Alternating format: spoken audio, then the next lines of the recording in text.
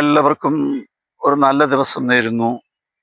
കർത്താവിൽ പ്രിയരെ, നാം പാടുന്നു, പ്രാർത്ഥിക്കുന്നു ഇപ്രകാരം: നാഥാ, സമർപ്പിക്കുന്നു, എന്നെ സമർപ്പിക്കുന്നു, പൂർണ്ണമായി അർപ്പിക്കുന്നു,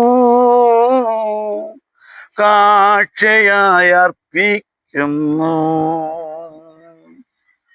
നാഥ, എന്നെ പരിപൂർണമായി ഞാൻ അങ്ങേക്ക് സമർപ്പിക്കുന്നു. നാം പ്രാർത്ഥനയെ പറ്റി ചിന്തിച്ചു കൊണ്ടിരിക്കുകയാണ്.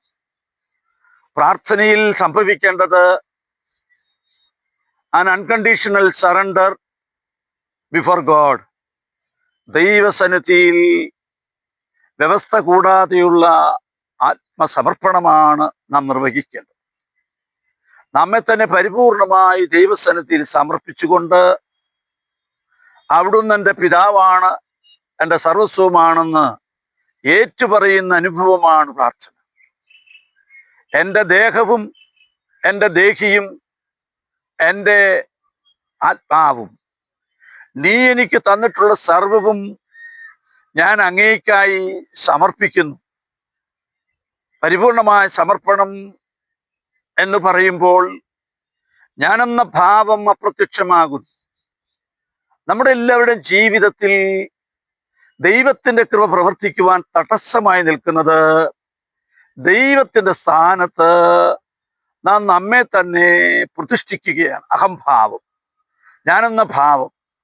എത്ര വിശുദ്ധ കുർബാനയിൽ സംബന്ധിച്ചിട്ടും, വിശുദ്ധ കുർബാന സ്വീകരിച്ചിട്ടും, മറ്റിതര കുദാശകളിൽ സംബന്ധിച്ചിട്ടും എൻ്റെ ജീവിതത്തിനൊരു മാറ്റവുമില്ലെന്ന് വരികിൽ, അതിൻ്റെ അർത്ഥം യഥാർത്ഥ പ്രാർത്ഥനയുടെ അനുഭവത്തിലേക്ക് ഞാൻ എത്തുകയോ എൻ്റെ ദൈവത്തിന് എന്നെ സമർപ്പിക്കുകയോ ചെയ്യുന്നില്ല.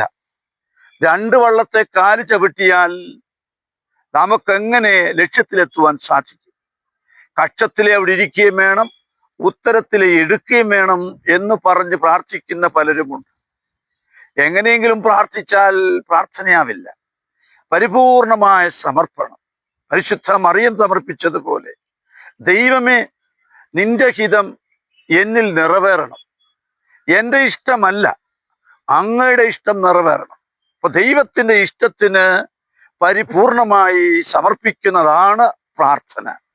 പ്രിയ ദൈവമക്കളെ, നാം നമ്മളോട് തന്നെ ചോദിക്കണം, വർഷങ്ങൾ ഇത്രയായി നാം പ്രാർത്ഥന പ്രാർത്ഥന എന്ന് പറയുന്നെങ്കിലും നമ്മുടെ ജീവിതത്തിൽ നമ്മെ തന്നെ ദൈവത്തിന് സമർപ്പിക്കുവാൻ നമുക്ക് സാധിക്കുന്നുണ്ട്.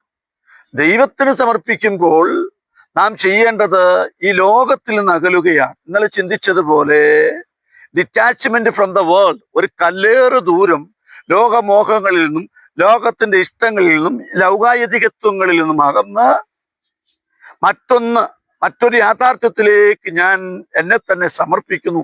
അത് ദൈവമാണ്. ഞാൻ അന്വേഷിക്കുന്നത് ദൈവമാണ്, ദൈവത്തെയാണ്. ദൈവത്തെ അന്വേഷിച്ച ഒരു മനുഷ്യനും ഇന്നേ വരെ നിരാശനായിട്ടില്ല. പ്രാർത്ഥിക്കുമ്പോൾ നാം ദൈവത്തോടൊപ്പമാണ്, ദൈവം നമ്മോടൊപ്പമാണ്. പരിപൂർണമായ സമർപ്പണം പരിശുദ്ധ പ്രാർത്ഥനയിൽ ആവശ്യമാണ്. പരിശുദ്ധ പ്രാർത്ഥനയിൽ പല കാര്യങ്ങളും ഉൾച്ചേർന്നിട്ടുണ്ട്.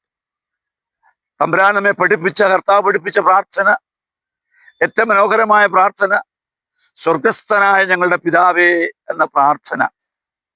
അതിൽ ഉൾച്ചേർന്നിരിക്കുന്ന മഹത്വകരമായ കാര്യങ്ങൾ അല്പമായി ഒന്ന് വിചിന്തനം ചെയ്യുമ്പോൾ പരിശുദ്ധ പ്രാർത്ഥനയെപ്പറ്റി നമ്മുടെ ഉള്ളുകളിലെ ഉൾക്കാമ്പിനെ ദൈവം അല്പം കൂടി തുറന്നു തരുമെന്ന് ഞാൻ ചിന്തിക്കുകയാണ്. നമ്മളുടെ ആരുടെയും കഴിവ് കൊണ്ടോ മഹാത്മ്യം കൊണ്ടോ നമുക്ക് പ്രാർത്ഥനയുടെ ഔന്നത്യത്തിലേക്ക് എത്തുവാൻ സാധിക്കില്ല. പ്രാർത്ഥിക്കുമ്പോൾ നാം ഹൃദയം ദൈവത്തിൽ അർപ്പിക്കണമെന്നും, കഥകടച്ച് പ്രാർത്ഥിക്കണമെന്നും, ധൂർത്തനായ പുത്രനെ പോലെ അനുതാപ ചിന്തയോടുകൂടി ദൈവസന്നിധിയിലേക്ക് കടന്നു വന്ന്, കഴിഞ്ഞകാല ജീവിതത്തിൽ എനിക്ക് വന്നതെല്ലാം തെറ്റായിപ്പോയി എന്ന് ഏറ്റുപറയുവാനും, പശ്ചാത്തപിക്കുവാനും, സമർപ്പിക്കുവാനും എല്ലാം സാധിച്ചെടുക്കേണ്ട മേഖലയാണ് പ്രാർത്ഥനയുടെ മേഖല. നമ്മുടെ ഈ ലോക ജീവിതത്തിൽ പ്രാർത്ഥനയല്ലാതെ മറ്റെന്താണ് ദൈവവുമായി ബന്ധപ്പെടാനുള്ള കാര്യം? മറ്റൊന്നുമില്ല. പ്രാർത്ഥനയിലെ 3 കാര്യങ്ങൾ നാം ഇപ്പോൾ അടുത്ത എപ്പിസോഡിൽ വിചിന്തനം ചെയ്യും. 3 മാർഗങ്ങൾ പ്രാർത്ഥനയെ ശാക്തീകരിക്കുന്നു: ഭക്തി മാർഗം, ജ്ഞാനമാർഗം, കർമ്മമാർഗം. ദൈവം അനുഗ്രഹിക്കട്ടെ.